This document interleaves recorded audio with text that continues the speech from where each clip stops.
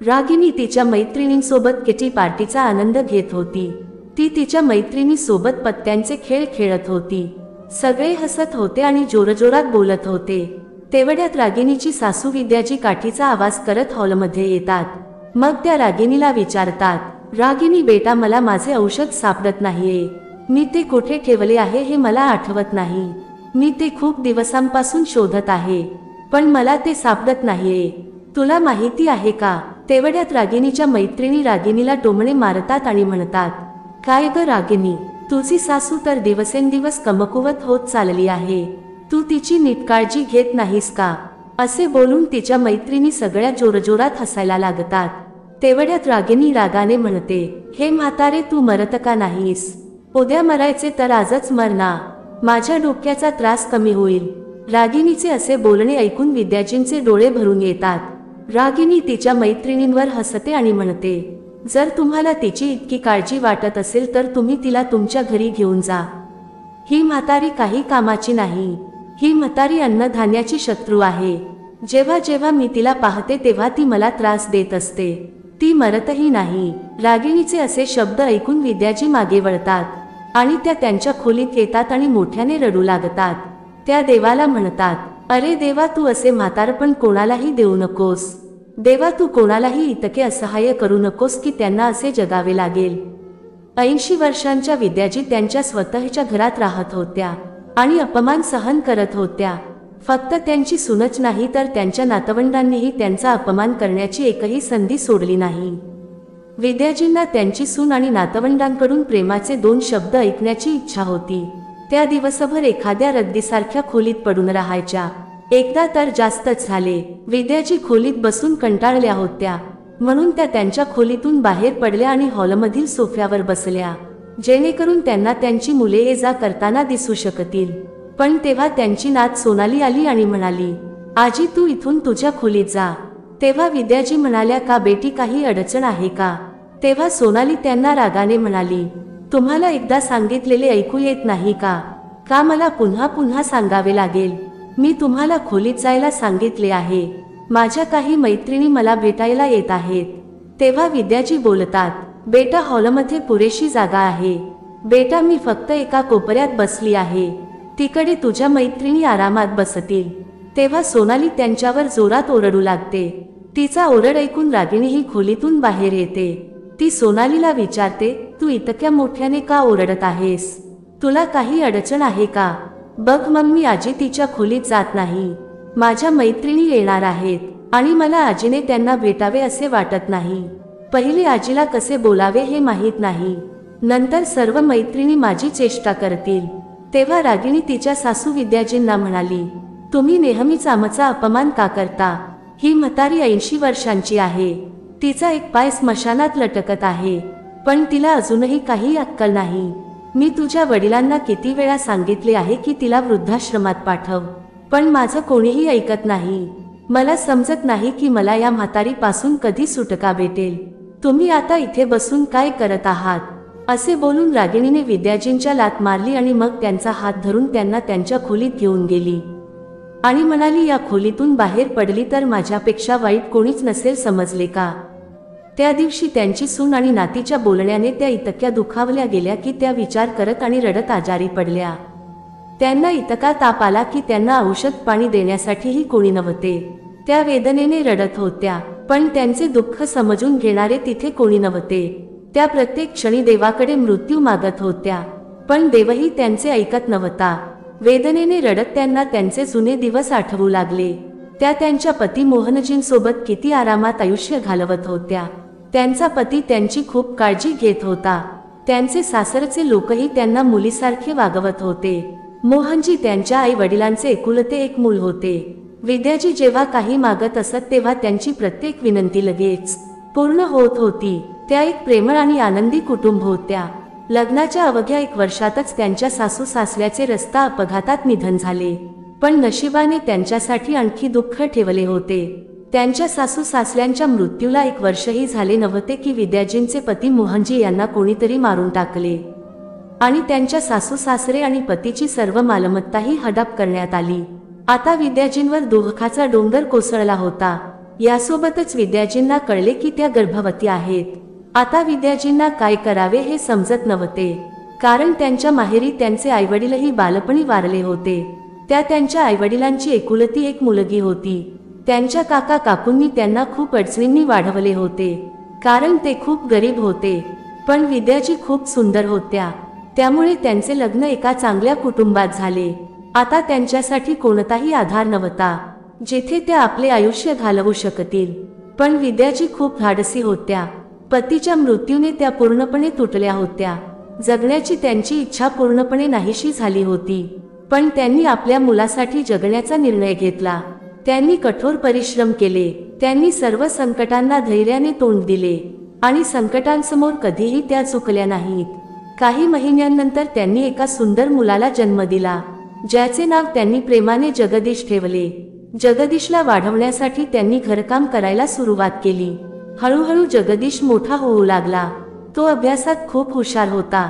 जगदीश जसा मोठा होत होता तसे तो त्याच्या आईच्या सर्व समस्या समजून घेत होता आणि तिच्याकडून कधीही काहीही मागत नसायचा। तो पूर्ण एकाग्रतेने अभ्यास करायचा। विद्याजींची तपश्चर्या आणि जगदीशची मेहनत फळाला आली। तो न्यायाधीश बनला। विद्याजी त्यांच्या मुलाच्या यशात आनंदाने नाचू लागल्या। त्यांना वाटले की आता त्यांच्या आयुष्यातील सर्व अंधार दूर झाला आहे। पण जसे ते म्हणतात ना की देवाच्या मनात काहीतरी वेगळेच असते, देवाला अजूनही त्यांच्यावर दया आली नाही। प्रत्यक्षात जगदीशचे लग्न शहरातील प्रसिद्ध सेठ रतनलालजी यांची मुलगी रागिणीशी झाले। जगदीशही रागिणीला आधीपासून ओळखत होता आणि तिलाही जगदीश आवडायचा। जेव्हा विद्याजींना कळले की त्यांचा मुलगा रागिणीला आवडतो, तेव्हा त्यांनीही त्यांच्या मुलाची निवड मान्य केली। त्यांनी त्यांच्या मुलाचे लग्न मोठ्या थाटामाटात केले। लग्नानंतर रागिणीचा गृहप्रवेश झाला। रागिणीला तिचा नवरा आवडत होता, पण ती तिच्या सासूशी चांगली वागत नव्हती। तिला विद्याजींना सोबत ठेवायचे नव्हते, पण जगदीशला त्याची आईला सोबत ठेवायचे होते। जगदीश त्याच्या आईची सेवा करण्यात कोणतीही कसर सोडत नाही, पण कामाच्या निमित्ताने त्याला घराबाहेर जावे लागत असायचे। त्या काळात रागिणीचे विद्याजींशी असलेले वर्तन खूप वाईट होते, पण त्यांच्या मुलाच्या आनंदासाठी त्या रागिणीचे ते कृत्य शांतपणे सहन करायच्या आणि तिला आपली मुलगी मानून तिला त्यांनी माफ केले। लग्नानंतर 2 वर्षांनी रागिणीने मुलगी सोनालीला जन्म दिला। विद्याजी त्यांच्या नातीच्या जन्माने खूप आनंदी होत्या। विद्याजी जेव्हा जेव्हा त्यांच्या नातीला खायला घालण्याचा प्रयत्न करायच्या, तेव्हा रागिणी त्यांना दूर ढकलून म्हणायची, तुम्ही माझ्या मुलीपासून दूर राहा। हळूहळू वेळ जाऊ लागला। रागिणीचे तिच्या सासूशी वागणे आणखी वाईट होऊ लागले। रागिणीची मुलगी 3 वर्षांची झाल्यावर तिने अजून एका मुलाला जन्म दिला। तिने मुलाचे नाव सूरज ठेवले। हळूहळू सूरजही मोठा होऊ लागला। रागिणीने तिच्या दोन्ही मुलांना त्यांच्या आजीबद्दल द्वेषाने भरून टाकले। मुलेही त्यांच्या आजीपासून दूर राहू लागली आणि जसे ते मोठे होत गेले तसे ते त्यांच्या आजीशी उद्धटपणे बोलू लागले। तिलाही तेच हवे होते की तिच्या मुलांनी तिच्या सासूपासून दूर राहावे। विद्याजी सर्व काही शांतपणे सहन करत होत्या। त्या त्यांच्या मुलाला काहीही सांगत नव्हत्या, पण जगदीशला हळूहळू समजू लागले की रागिणी त्याच्या आईशी चांगले वागत नाही। त्याला त्याच्या आईपासून वेगळे व्हायचे नव्हते। तो रागिणीला वारंवार समजावून सांगत होता की तू माझ्या आईशी चांगली वाग, पण रागिणी कोणाचेही ऐकत नव्हती। ती अशी स्त्री होती जी स्वतःच्या जगात हरवली होती। आता मुलेही मोठी झाली होती। सोनाली 15 वर्षांची झाली होती आणि मुलगाही 12 वर्षांचा झाला होता, पण रागिणीच्या वागण्यात अजिबात बदल झाला नव्हता। विद्याजींसोबतचे तिचे वागणे अजून वाईट होत होते। कालांतराने विद्याजी कमकुवत होत गेल्या।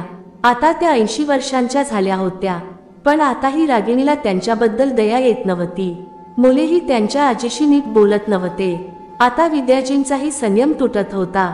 तेवढ्यात बाहेरून एक खडखडाटाचा आवाज येतो। विद्याजी विचारांमधून बाहेर पडतात। रात्रीचे 9 वाजले होते। विद्याजी वेदनांनी ओरडत होत्या। त्याच वेळी त्यांचा मुलगा जगदीश घरी येतो। जगदीश काही महत्त्वाच्या कामासाठी फोनवर कोणाशी तरी बोलत होता। तो त्याच्या आईच्या खोलीच्या बाहेर येताच त्याला त्याची आईचा ओरडण्याचा आवाज येतो।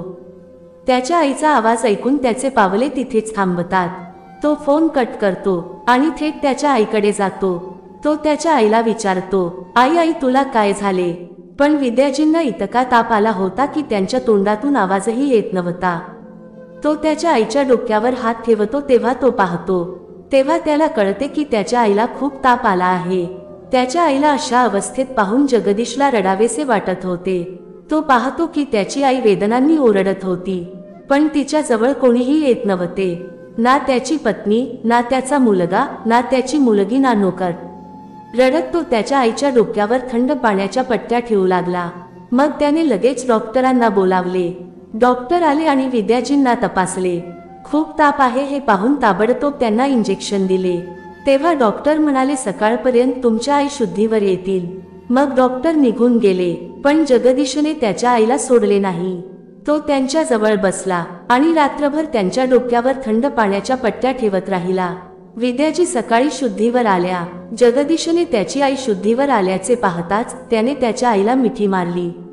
मग आई आणि मुलगा एकमेकांशी खूप बोलत होते. असेच 2-4 दिवस गेले. सकाळी रागिणी इकडे तिकडे फिरत होती.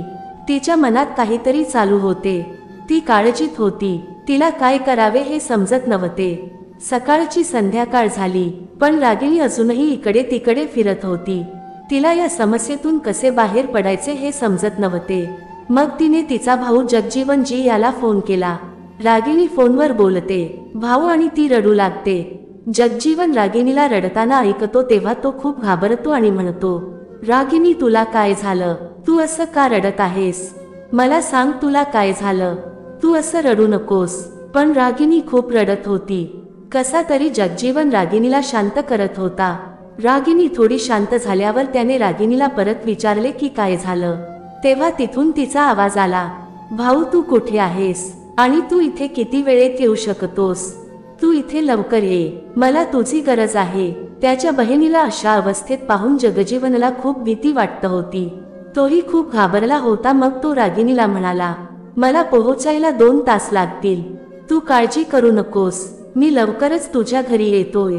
मग जगजीवन पुढे बोलतो, रागिणी, मला काहीतरी सांग, काय झालं आहे? तू एवढी काळजी का करत आहेस? आणि तू अशी का रडत आहेस? मला भीती वाटत आहे. तेव्हा रागिणी रडताना त्याला थांबवते आणि म्हणते, नाही भाऊ, तू इथे ये. इथे आल्यावर तुला सगळं कळेल. तेव्हा जगजीवन म्हणाले, रागिणी, जर तू हे सगळं सांगू शकत नसशील तर जगदीशजींना फोन दे. मी त्यांच्याशी बोलेन. जर जगदीशजी तिथे नसतील तर तुझ्या सासूला फोन दे. तेव्हा रागिणी म्हणते, नाही भाऊ, तुला इथे यावं लागेल. तू लवकर ये, तुला सगळं कळेल. मग जगजीवन फोन ठेवतो आणि त्याच्या बहिणीच्या घरी जातो. जगजीवन त्या 2 तासांच्या प्रवासात राहू शकला नाही. त्याच्या मनात विविध प्रकारचे नकारात्मक विचार येत होते. कारण रागिणी त्याची धाकटी बहीण होती आणि तो तिच्यावर खूप प्रेम करत होता. त्याला तिला कोणत्याही प्रकारच्या वेदना सहन होत नव्हत्या. आज रागिणीला असं रडताना पाहून त्याचा आत्मा थरथर कापत होता. सगळं मनात विचार करत तो रागिणीच्या घरी पोहोचतो. जगजीवन रागिणीच्या घरी पोहोचताच त्याला दिसते की जगदीशजी समोर बसले आहेत आणि रागिणी त्यांच्या समोर रडत आहे. ती रडत आहे आणि ओरडत आहे. मग तो पाहतो की त्यांच्या शेजारी त्याचा भाचा आणि भाचीही बसले आहेत. सोनाली तिच्या आईला शांत करण्याचा प्रयत्न करत आहे आणि मुलगा त्याच्या वडिलांना काहीतरी बोलत आहे. जगजीवन याने लगेच रागिणीला विचारले, तू अशी का रडत आहेस? आणि जगदीशजी इतके शांत का बसले आहेत? मला तुम्ही काहीतरी सांगा, मला खूप भीती वाटत आहे. तो जगदीशजींनाही म्हणतो, जगदीशजी, काय झाले आहे? रागिणी अशी का रडत आहे? मला काहीच समजत नाहीये. पण जगदीशजी काहीच उत्तर देत नव्हते. तेव्हा रागिणी म्हणाली, हे घटस्फोटाचे कागदपत्रे आहेत. त्यांनी कोर्टातून तयार करून आणले आहेत. ते मला घटस्फोट देणार आहेत. रागिणीकडून एवढं ऐकल्यावर जगजीवनच्या पायाखालची जमीन सरकली. जगजीवन जगदीशला म्हणतात, तुम्ही हे करू शकत नाहीत. तुम्ही माझ्या बहिणीला घटस्फोट देऊ शकत नाहीत. मग जगजीवनजी पुढे म्हणतात, हे कसे होऊ शकते? तुमचे इतके चांगले कुटुंब आहे. तुम्हाला 2 सुंदर मुले आहेत. सर्व काही व्यवस्थित चालले आहे. मला वाटते की तुम्ही थट्टा करत आहात. तुम्ही इतका टोकाचे पाऊल उचलू शकता यावर माझा विश्वासच बसत नाही. तुम्ही समाजासमोर एक आदर्श निर्माण करणारी व्यक्ती आहात. तुम्ही असे चुकीचे पाऊल उचलू शकत नाहीत. पण जगदीशजी काहीच बोलत नव्हते. तेव्हा जगजीवन मुलांना विचारतो की तुमची आजी कुठे आहे? मुलांनी सांगितले की पप्पांनी तिला 3 दिवसांपूर्वी वृद्धाश्रमात नेले आहे। तेव्हा जगजीवन याला काही गोष्टी समजू लागल्या। त्याने स्वतःला थोडे सामान्य केले आणि घरातील नोकराला सांगितले की जा आणि 2 कप चहा बनवून आण। तोपर्यंत त्याने रागिणीलाही शांत केले। चहा आणताच जगजीवनने मोठ्या कष्टाने जगदीशजींना चहा दिला, पण जगदीशजी चहा पिण्यास खूप कचरत होते। त्यांच्या तोंडातून एकही शब्द बाहेर पडत नव्हता। खूप प्रयत्नांनंतर जगजीवनने जगदीशजींना चहा पाजण्यात यशस्वी झाले। चहा पिल्यानंतर जगदीशजी मोठ्याने रडू लागले। त्यांना रडताना पाहून जगजीवनला असे वाटले की काहीतरी मोठी गडबड आहे। जगदीशजी रडत रडत बोलू लागले, मी 3-4 दिवसांपासून काहीही खाल्ले नाही। मी माझ्या 80 वर्षांच्या आईला लोकांच्या हाती सोपवले आहे। गेल्या काही वर्षांत माझ्या आईला माझ्या या घरात इतक्या समस्या आल्या आहेत की तुझी बहीण रागिणीने शपथ घेतली आहे की ती माझ्या आईची काळजी घेऊ शकत नाही। ना तुझी बहीण माझ्या आईशी नीट बोलत आहे, ना माझी मुले माझ्या आईचा आदर करत आहेत। मी घरातून बाहेर पडल्यानंतर माझी आई दररोज रडायची। हे लोक इतके क्रूर होते की ते स्वतः तिच्याशी बोलत नव्हते आणि नोकरांनाही तिच्याशी गैरवर्तन करायला लावायचे। फरशी पुसणारी मोलकरीणही तिच्याशी नीट बोलत नव्हती। जर तिने चुकून ओल्या फरशीवर पाय ठेवला तर ती तिच्यावर ओरडून म्हणायची की म्हातारीने वरच्या मजल्यावर शांतपणे बेडवर बसावे, नाहीतर मी मॅडमकडे तक्रार करेन। माझ्या आईने मला 1 महिन्यापूर्वी सांगितले होते की बेटा तू मला वृद्धाश्रमात दाखल कर। तेव्हा मी संपूर्ण कुटुंबाला समजावण्याचा खूप प्रयत्न केला, पण कोणीही माझ्या आईशी सरळ बोलले नाही। दररोज तिचा अपमान होत होता, दररोज तिची बदनामी होत होती। माझ्या जन्मापूर्वीच माझे वडील वारले होते। माझ्या आईने दुसऱ्यांच्या घरात काम करून आणि त्यांची घाणेरडी भांडी धुवून मला वाढवले। हे लोक कसे समजतील? तिने मला खूप कष्टाने शिक्षण दिले आहे, मला हे करण्यास सक्षम बनवले। आज मी न्यायाधीश आहे। लोक मला सांगतात माझी आई दुसऱ्यांच्या घरी काम करत असतानाही मला कधीच तिने एकटे सोडले नाही। आज मी त्या आईला वृद्धाश्रमात सोडले आहे। गेल्या 3-4 दिवसांपासून मी माझ्या आईच्या प्रत्येक वेदना आठवून रडत आहे, ज्या तिने फक्त माझ्यासाठी सहन केल्या होत्या। मला अजूनही ते चांगले आठवते।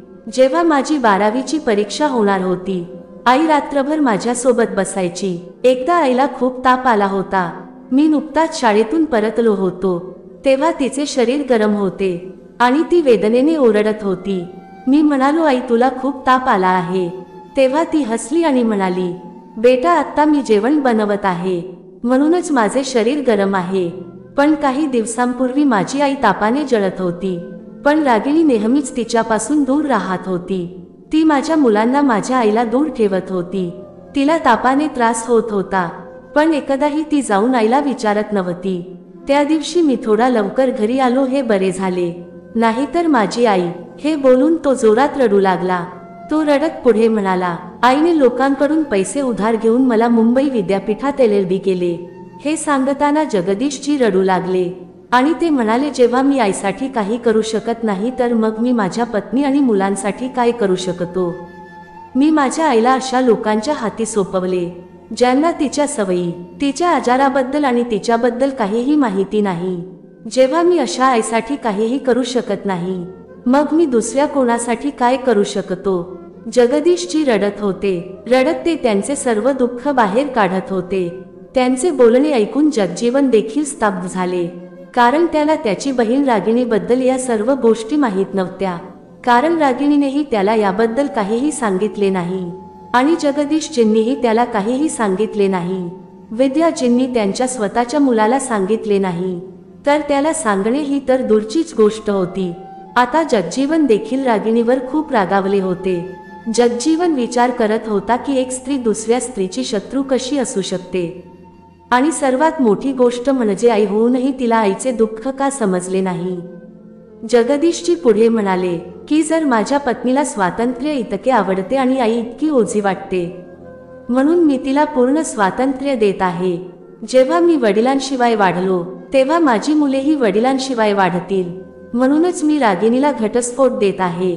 मी माझी सर्व मालमत्ता, माझ्या आयुष्याची कमाई या लोकांना सोपवली आहे आणि आता मीही त्या वृद्धाश्रमात जाऊन राहीन। किमान मी माझ्या आईसोबत राहू शकेन। आईसोबत राहिल्याने मलाही त्याची सवय होईल। आणि मला आईसारखे त्रास सहन करावे लागणार नाहीत. माझा मुलगा आणि सून नक्कीच मला वृद्धाश्रमात ठेवतील, कारण रागिणीने असे बीज पेरले आहे. म्हणून मी आत्ताच का जाऊ नये. जगदीशजी जितके जास्त बोलत होते तितकेच जास्त अश्रू ढाळत होते. आता बोलत असताना रात्रीचे 11 वाजले होते. जगजीवन त्याच्या बहिणीवर आणि त्याच्या भाच्या आणि भाचीवर खूप रागावत होते. त्याला बोलायचे होते, पण रागिणीच्या चेहऱ्याकडे पाहताच रागिणीच्या चेहऱ्यावर पश्चात्तापाचे अश्रू होते. तरीही जगजीवने स्वतःवर नियंत्रण ठेवले नाही. तो रागिणीला म्हणाला, आज तू मला लाजेने डोके खाली करायला लावले आहेस. आपल्या पालकांनी आपल्या दोघांमध्येही असे संस्कार केले नाहीत. रागिणी अश्रू ढाळत उभी होती. ती जगजीवन आणि जगदीशजींची माफी मागत होती. तिला तिच्या कृत्याची खूप लाज वाटत होती. तिला आता काय करायचं हे समजत नव्हतं. ती तिच्या पतीच्या पाया पडली आणि माफी मागू लागली. मला माफ करा, मला माझी चूक कळली आहे. पण जगदीशजी काहीच बोलत नव्हते. जगजीवनला आता काय करायचे आहे हे समजले होते. त्याने लगेच ड्रायव्हरला गाडी घेऊन येण्यास सांगितले. ड्रायव्हरने गाडी बाहेर काढताच जगजीवन जगदीशजींसोबत गाडीत बसले. रागिणी आणि मुलेही बसली. मग ड्रायव्हरला मथुरा वृद्धाश्रमात जाण्यास सांगितले. वाटेत कोणीही कोणाशी बोलत नव्हते. गाडीत पूर्ण शांतता होती. फक्त अश्रू वाहत होते. रागिणी तिच्या पतीच्या चेहऱ्याकडे पाहून रडत होती. 2 तासांनंतर ते मथुरा येथील वृद्धाश्रमात पोहोचतात. खूप विनंती केल्यानंतर गेट उघडतो. गार्ड त्यांना आत येण्यास नकार देतो. तेव्हा जगदीशजी म्हणतात, भाऊ मला आज जाऊ द्या. माझी आई आत आहे, मी तिला घ्यायला आलो आहे. तेव्हा गार्ड त्याला विचारले, तुम्ही लोक काय करता. तेव्हा जगदीशजी म्हणाले, मी एक न्यायाधीश आहे. तेव्हा तो गार्ड अतिशय आश्चर्यचकित स्वरात म्हणाला, तुमच्या समोर सर्व पुरावे असताना तुम्ही तुमच्या आईला न्याय देऊ शकला नाही. मग तुम्ही इतरांना काय न्याय द्याल. गार्डचे असे शब्द ऐकून जगदीशजी आतून पूर्णपणे तुटले आणि रडत जमिनीवर खाली बसले. मग ते गार्डला म्हणाले, हो भाऊ, तुम्ही अगदी बरोबर बोलत आहात. मी मुलाच्या नावावर एक कलंक आहे. मी माझ्या आईची चांगली काळजी घेऊ शकलो नाही. देवही मला माफ करणार नाही. असे म्हणत जगदीशजी मोठ्याने रडू लागले. मग जगजीवनने त्यांना सांत्वन दिले आणि त्यांना शांत केले. तेव्हा गार्डने त्यांना थांबवले आणि स्वतः आत गेला. त्यानंतर आतून एक माणूस आला जो तिथला मॅनेजर होता. तो अतिशय कठोर स्वरात म्हणाला, जर तुम्ही लोक त्यांना रात्री 3 वाजता घेऊन गेलात आणि मारून टाकले तर मी माझ्या देवाला काय उत्तर देऊ. मग जगजीवन त्याला म्हणाले, तुम्ही विश्वास ठेवा, हे लोक खूप पश्चात्तापात जगत आहेत. शेवटी मोठ्या कष्टाने मॅनेजरने त्यांना आत जाऊ दिले आणि ते आईच्या खोलीत गेले. खोलीचे दृश्य असे होते की फक्त एकच फोटो होता, ज्यावर संपूर्ण कुटुंबाचे फोटो होते आणि तो फोटो आईच्या शेजारी ठेवला होता, जणू त्यांनी मुलाला झोपवले आहे. पण झोप तर त्यांच्या डोळ्यांपासून दूर होती. आईने पाहताच ती घाबरली आणि फोटो कोणी पाहू नये म्हणून त्यांनी तो फोटो लपवून ठेवला. जेव्हा जगजीवन म्हणाला, आई आम्ही तुम्हाला घ्यायला आलो आहोत, संपूर्ण कुटुंब एकमेकांना धरून रडू लागले. विद्याजी आणि जगदीशजी एकमेकांना मिठी मारून रडत होते, जणू ते युगानुयुगे वेगळे झाले आहेत. आई आणि मुलाचे असे पुनर्मिलन पाहून जगजीवन देखील रडू लागला. इथे रागिणीही खूप रडत होती. मुलांनाही त्यांची चूक कळली होती. तेही त्यांच्या पाया पडून तिला आजी आजी म्हणत होते. रागिणीने तिच्या सासूची माफी मागितली आणि म्हणाली, आई कृपया मला माफ करा. माझे कृत्य माफ करण्यासारखे नाही, पण तुम्ही मला कोणतीही शिक्षा द्या, मी ती स्वीकारेन. फक्त आमच्यासोबत तुम्ही घरी चला. आम्हाला तुमच्यासोबत राहायचे आहे. तुमच्या संरक्षणाखाली तुमच्या आशीर्वादाने. सर्वांच्या रडण्याचा आवाज ऐकून जवळच्या खोल्यांमध्ये इतर वृद्ध लोक होते. सर्वजण जागे झाले आणि बाहेर आले. त्यांचेही डोळे ओले झाले. हे सर्व पाहून काही वेळाने सर्वजण निघण्याची तयारी करू लागले. संपूर्ण आश्रमातील लोक बाहेर आले. सर्वजण या आशेने पाहत होते की कदाचित कोणीतरी त्यांनाही घेऊन जाईल. प्रवासात सगळेजण शांत होते, पण जगदीशजी आणि विद्याजी त्यांच्या जुन्या नात्यावरून एकमेकांच्या भावना मांडत होते. घरी पोहोचेपर्यंत सकाळ झाली होती. रागिणीलाही समजले की तिच्या आनंदाची गुरुकिल्ली कुठे आहे. तिला समजले की तिच्या पतीला खरा आनंद कोणासोबत मिळतो. आज इतक्या संघर्षानंतर विद्याजींच्या सर्व समस्या संपल्या. आज त्यांची सून आणि नातवंडेही त्यांच्याकडे परतली. त्यांचा मुलगा आधीच त्यांच्या सोबत होता. आता संपूर्ण कुटुंब त्यांच्यासोबत आनंदाने राहू लागले. त्यांना त्यांचा गमावलेला आदर परत मिळाला. आता जगजीवनच्या डोळ्यात आनंदाश्रू होते. तो आनंदाने त्याच्या घरी गेला. मित्रांनो, असे म्हणतात की पालकांच्या चरणी स्वर्ग आहे. पती किंवा पत्नी दोघांनाही अधिकार नाही की त्यांनी एकमेकांच्या पालकांना दुखवावे, कारण आपण जे काही करतो तेच फळ आपल्याला परत मिळेल. तर मित्रांनो, आजची कहाणी तुम्हाला सर्वांना कशी वाटली खाली कमेंट बॉक्समध्ये लिहून मला सांगा. जर तुम्हाला सर्वांना ही कहाणी आवडली असेल तर कृपया हा व्हिडिओ लाईक आणि शेअर करा आणि आपल्या या चॅनेलला सबस्क्राईब करायला विसरू नका. धन्यवाद.